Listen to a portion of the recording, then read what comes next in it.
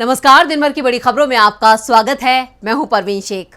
आज इस बुलेटिन में बात होगी संसद में हुए राहुल गांधी के जोरदार स्वागत की, दिल्ली सर्विस बिल पर संसद में सियासी घमासान की, बात करेंगे नू में बुलडोजर एक्शन पर हाईकोर्ट के रोक की, मणिपुर को लेकर मोदी सरकार को लगी सुप्रीम कोर्ट की फटकार की, साथ ही जानेंगे क्या है जातीय जनगणना पर सुप्रीम कोर्ट का रुख, और बुलेटिन के आखिर में देखेंगे जाने माने कार्टूनिस्ट इरफान की किस खबर पर पड़ी तिरछी नजर। इसके साथ ही और भी कई बड़ी खबरों से आपको करवाएंगे रूबरू, लेकिन तमाम बड़ी खबरों से पहले एक नजर सुर्खियों पर। वाराणसी की ज्ञानवापी मस्जिद में एएसआई सर्वे का आज भी चला काम, 5 दिन से लगातार सर्वे कर रही है एएसआई की टीम। लोकसभा में कल मोदी सरकार के खिलाफ अविश्वास प्रस्ताव पर शुरू होगी चर्चा, 10 अगस्त को पीएम मोदी देंगे जवाब। तोशाखाना मामले में कम नहीं हो रही है पाकिस्तान के पूर्व प्रधानमंत्री इमरान खान की मुश्किलें, 3 साल की सजा के बाद अब चुनाव आयोग ने पीटीआई अध्यक्ष पद से हटाया। शेयर बाजार में तेजी, सेंसेक्स 232 अंक चढ़कर 65,953 पर हुआ बंद, निफ्टी 80 अंकों की तेजी के साथ 19,597 के स्तर पर हुआ बंद। ये तो थी सुर्खियां और अब बात आज की सबसे बड़ी खबर की। मोदी सर ने मामले में सुप्रीम कोर्ट से राहत मिलने के 3 दिन बाद राहुल गांधी की संसद सदस्यता बहाल हो गई। अब राहुल गांधी फिर से सांसद बन गए हैं। आज वो संसद पहुंचे जहां उनका जोरदार स्वागत हुआ। तो कैसे इंडिया ने किया राहुल गांधी का स्वागत, देखते हैं ये रिपोर्ट। राहुल गांधी की लोकसभा सदस्यता बहाल हो गई है। लोकसभा सचिवालय ने आज ही अधिसूचना जारी की। जैसे ही यह खबर कांग्रेस कार्यकर्ताओं को लगी, उन्होंने पटाखे जलाकर अपनी खुशी का इजहार किया है। अब राहुल गांधी फिर से केरल के वायनाड से सांसद बन गए हैं। राहुल गांधी की संसद सदस्यता बहाली को लेकर कांग्रेस अध्यक्ष मल्लिकार्जुन खड़गे और बाकी नेताओं ने मिठाई खिलाकर एक दूसरे का मुंह मीठा किया। कांग्रेस मुख्यालय में जश्न मनाया गया। खड़गे ने ट्वीट कर पीएम मोदी और बीजेपी को बड़ी नसीहत दी है। उन्होंने लिखा है, राहुल गांधी को एक सांसद के रूप में बहाल करने का फैसला ये एक स्वागत योग्य कदम है। ये भारत के लोगों और विशेषकर वायनाड के लोगों के लिए राहत लाता है। बीजेपी और मोदी सरकार को अपने कार्यकाल का जो भी समय बचा है, उसका इस्तेमाल विपक्षी नेताओं को निशाना बनाकर लोकतंत्र को बदनाम करने के बजाय वास्तविक शासन पर ध्यान देना चाहिए। 137 दिन बाद राहुल गांधी आज संसद पहुंचे, जहां इंडिया गठबंधन के सांसदों ने उनका जोरदार स्वागत किया।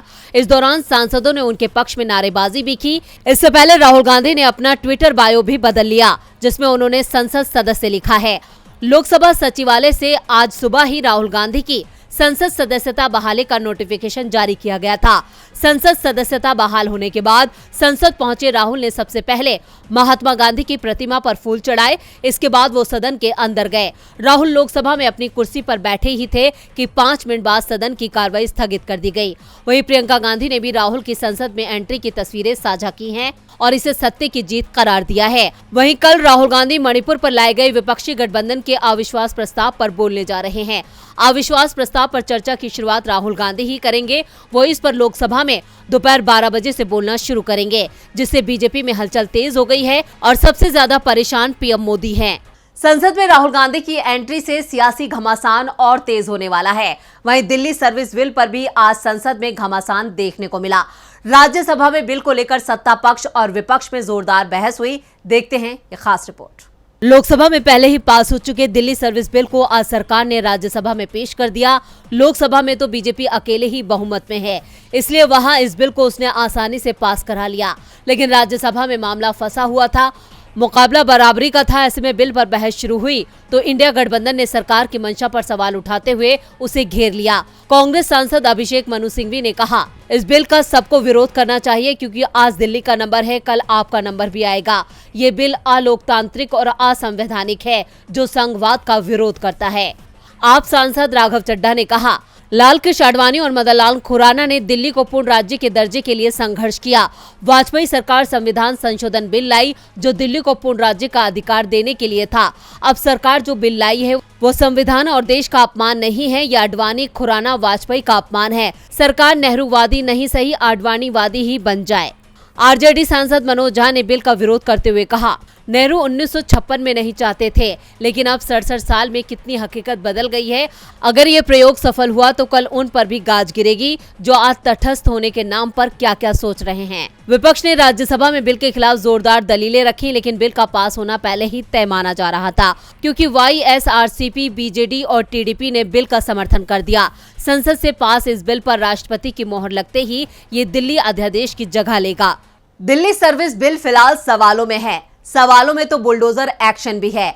हरियाणा सरकार के नो में किए जा रहे बुलडोजर एक्शन पर पंजाब और हरियाणा हाईकोर्ट ने स्वतः संज्ञान लिया और अगले आदेश तक बुलडोजर एक्शन पर रोक लगा दी है। क्या है पूरी खबर, देखते हैं ये रिपोर्ट। हरियाणा के नूह जिले में टकराव के बाद से खट्टर सरकार एक्शन मूड में है। ब्रजमंडल यात्रा में हुए बवाल के बाद से ही सरकार की तरफ से अवैध निर्माण के नाम पर बुलडोजर एक्शन चल रहा था। सरकार का दावा था कि असामाजिक तत्वों ने सरकारी जमीन पर कब्जा कर रखा था, उसे मुक्त कराया जा रहा है, तो कहीं जगह बिना अनुमति के पक्का निर्माण कर लिया गया है। लेकिन ये बुलडोजर एक ही समुदाय के लोगों के मकानों और दुकानों पर चल रहा था। 4 दिन में 700 से ज्यादा इमारतों को गिराया गया था। खासतौर पर यात्रा के रास्ते में आने वाले तमाम मकान जमीन में मिला दिए गए। ये कार्रवाई लगातार चल रही थी, लेकिन अब इस पर ब्रेक लग गया है। पंजाब हरियाणा हाईकोर्ट ने मामले में स्वतः संज्ञान लेते हुए बुलडोजर कार्रवाई पर रोक लगाने के आदेश जारी कर दिए। दरअसल सरकार का दावा था कि नूह में 31 जुलाई को जो बवाल हुआ उसमें कई असामाजिक तत्व शामिल थे, जिन्होंने यहां अतिक्रमण कर रखा है। उनके निर्माण और दुकानों को गिराया जा रहा था। 31 जुलाई की घटना के बाद नूह के उपायुक्त ने अवैध निर्माण गिराने के आदेश दिए थे, लेकिन पूरी कार्रवाई एक ही समुदाय के खिलाफ हो रही थी। इस मामले में हाईकोर्ट ने हरियाणा सरकार से पूछा कि अब तक कितने ढांचे गिराए गए हैं। हाईकोर्ट ने खट्टर सरकार से सारी जानकारी मांगी है। दरअसल अब तक 753 से ज्यादा घर, दुकान, शोरूम, झुग्गियां और होटल गिराए जा चुके हैं। नूह में आज भी कर्फ्यू में ढील दी गई है। हालात अब सामान्य हो रहे हैं। 31 जुलाई को हुए बवाल के बाद कोई घटना अभी तक सामने नहीं आई है। हाईकोर्ट से बीजेपी सरकार को जोरदार झटका लगा है। इधर मणिपुर मामले पर भी मोदी सरकार को झटके पर झटके लग रहे हैं। आज भी मणिपुर मामले को लेकर सुप्रीम कोर्ट में सुनवाई हुई, जहां शीर्ष अदालत ने बीजेपी सरकार को फिर से फटकार लगाई है। मणिपुर में पिछले 96 दिन से बवाल मचा हुआ है। बवाल को लेकर आज सुप्रीम कोर्ट में सुनवाई हुई। कोर्ट ने राहत और पुनर्वास के काम की देखरेख के लिए पूर्व जजों की कमेटी बनाई है। साथ ही सीबीआई जांच की निगरानी के लिए एक पूर्व अधिकारी को नियुक्त किया है। सीजेआई डीवाई चंद्रचूड़ ने आदेश दिया है कि सीबीआई जांच की निगरानी मुंबई के पूर्व पुलिस कमिश्नर दत्तात्रेय पटसालगीकर करेंगे। सीजीआई ने कहा कि राहत पुनर्वास पर सुझाव के लिए हाईकोर्ट के 3 पूर्व जजों की कमेटी बनाए, जिसमें गीता मित्तल, शालिनी जोशी और आशा मेनन शामिल होंगी। इसकी अध्यक्षता हाईकोर्ट की पूर्व जज गीता मित्तल करेंगी। बता दें, इससे पहले सुनवाई के दौरान अटॉर्नी जनरल वेंकटरमणि ने कहा कि 6500 एफआईआर का वर्गीकरण कर कोर्ट को उपलब्ध करवा दिया गया है। हमें बहुत परिपक्वता से मामले को देखने की जरूरत है। हमने कई तरह के एसआईटी के गठन का सुझाव दिया है। हत्या के मामलों की जांच वाली एसआईटी का नेतृत्व एसपी रैंक के अधिकारी करेंगे। महिलाओं के साथ दुर्व्यवहार के मामलों की जांच के लिए वरिष्ठ महिला अधिकारी के नेतृत्व में एसआईटी बनेगी। इसी तरह और भी एसआईटी है। डीजीआई उनसे रिपोर्ट लेंगे। हर 15 दिन पर डीजीपी भी समीक्षा करेंगे। हिंसा से ज्यादा प्रभावित हर जिले में 6 एसआईटी बनेगी। सॉलिसिटर जनरल तुषार मेहता ने सुप्रीम कोर्ट को बताया है कि पहले जो 11 केस सीबीआई को सौंपे गए थे, उनकी जांच सीबीआई ही करेगी। महिलाओं से जुड़े मामले की जांच में सीबीआई की एक महिला अधिकारी भी शामिल रहेगी। सुनवाई के दौरान सीनियर एडवोकेट इंदिरा जयसिंह ने कहा कि सुप्रीम कोर्ट की निगरानी में एक एसआईटी बने। महिला सामाजिक कार्यकर्ताओं का एक उच्च स्तरीय आयोग भी बने, जो पीड़ित महिलाओं से बात करे। मणिपुर के हालात देश के साथ साथ बीजेपी के लिए चुनौती बने हुए हैं। वहीं जातीय जनगणना भी बीजेपी के लिए चुनौतियां पेश कर रही है। बिहार में जातीय जनगणना का काम फिर से शुरू हो गया है। 1 अगस्त को जातीय जनगणना पर लगी रोक को पटना हाईकोर्ट ने हटा लिया था, जिसके बाद इस मामले को सुप्रीम कोर्ट में चुनौती दी गई थी। आज सुप्रीम कोर्ट में इस मामले पर सुनवाई हुई और सुप्रीम कोर्ट ने भी नीतीश सरकार को बड़ी राहत दी है। जातीय जनगणना पर तत्काल रोक लगाने की मांग को सुप्रीम कोर्ट ने स्वीकार नहीं किया है। सुप्रीम कोर्ट में आज इस मामले को लेकर सुनवाई हुई। सुनवाई करते हुए कोई फैसला नहीं दिया गया। कोर्ट ने इस मामले पर न्यायमूर्ति SVN भट्टी और न्यायमूर्ति संजीव खन्ना की बेंच ने कहा कि बिहार में जातीय गणना का काम लगभग 80% पूरा हो चुका है। कुछ दिन में 90% भी पूरा हो जाएगा, तो अब रोक लगाने से क्या ही फर्क पड़ता है। इसके साथ ही कोर्ट ने मामले की अगली सुनवाई 14 अगस्त को तय की है। आज हुई सुनवाई में ये बात साफ हो गई कि जातीय जनगणना पर रोक नहीं लगाई गई है और राज्य सरकार इस काम को जारी रख सकती है। दरअसल 1 अगस्त को पटना हाई कोर्ट ने जातीय जनगणना पर रोक लगाने वाली सभी याचिकाओं को खारिज कर दिया है। हाई कोर्ट का आदेश आते ही बिहार सरकार ने भी तत्काल अधिसूचना जारी करते हुए जातीय जनगणना के बचे हुए काम को पूरा करने की प्रक्रिया तत्काल शुरू करने के निर्देश जारी कर दिए और जातीय जनगणना का काम एक बार फिर से शुरू हो गया, जिस पर हाईकोर्ट ने जनगणना के काम पर रोक लगाई थी। तब इसका 80% काम पूरा हो चुका था। सुप्रीम कोर्ट की टिप्पणी को लेकर आरजेडी एजाज अहमद ने कहा कि राज्य में जातीय जनगणना होने से सुविधा से वंचित लोगों को उनका हक मिलेगा, जिस पर उनका अधिकार है। जातीय जनगणना की वजह से अब विकास में तेजी आएगी। नीतीश को मिली राहत बीजेपी के लिए किसी आफत से कम नहीं है। पश्चिम बंगाल में बीजेपी विधायक ने ही मोदी सरकार को मुश्किल में डाल दिया है। पश्चिम बंगाल की सीएम ममता बनर्जी और मोदी सरकार के बीच कई मुद्दों पर टकराव चल रहा है। अब ममता ने राज्य सरकार की कल्याणकारी योजनाओं के तहत फंड नहीं देने को लेकर मोदी सरकार के खिलाफ मोर्चा खोल दिया है। लेकिन हैरान करने वाली बात यह है कि इस विरोध में बीजेपी विधायक ने भी टीएमसी का साथ दिया। क्या है पूरी खबर, देखते हैं ये रिपोर्ट। पश्चिम बंगाल की टीएमसी सरकार ने मोदी सरकार के खिलाफ पूरे पश्चिम बंगाल में प्रदर्शन किया है। इस दौरान पार्टी नेताओं ने आरोप लगाया है कि केंद्र ने राज्य के बीजेपी नेताओं के कहने पर राज्य को देने वाले फंड को रोक दिया है, जिसको लेकर टीएमसी के राज्य मंत्री फिरहाद हकीम ने कहा कि हम राज्य को आर्थिक रूप से वंचित करने के केंद्र सरकार की साजिश के खिलाफ अपना विरोध दर्ज कराने के लिए धरने पर बैठे हैं। केंद्र राज्य का 1,17,000 करोड़ रुपए का बकाया जारी नहीं कर रहा है। हम चाहते हैं कि केंद्र राजनीति करना बंद करे और राज्य का बकाया भुगतान जल्द करे।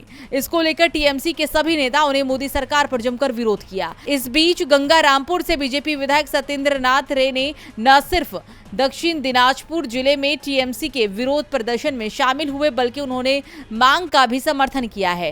टीएमसी ने बीजेपी विधायक के इस कदम का स्वागत किया है। टीएमसी की माने तो मोदी सरकार के खिलाफ इस धरना प्रदर्शन में बीजेपी के और भी नेता शामिल हो सकते हैं। दूसरी तरफ बीजेपी प्रवक्ता समीक भट्टाचार्य ने पार्टी विधायक के टीएमसी के धरने पर शामिल होने पर इसे मनमर्जी करार दिया है। हालांकि कहा यह भी है कि ये सच है कि हम भी चाहते हैं कि राज्य सरकार को लटके फंड का भुगतान जल्द हो। उन्होंने कहा कि हम इसके खिलाफ नहीं हैं, लेकिन आगे भुगतान पाने के लिए टीएमसी को केंद्र को खर्च का ब्यौरा देना होगा। यानी अब बीजेपी नेता ही मोदी सरकार की नीतियों और राज्यों को लेकर उनके रवैये का विरोध कर रहे हैं।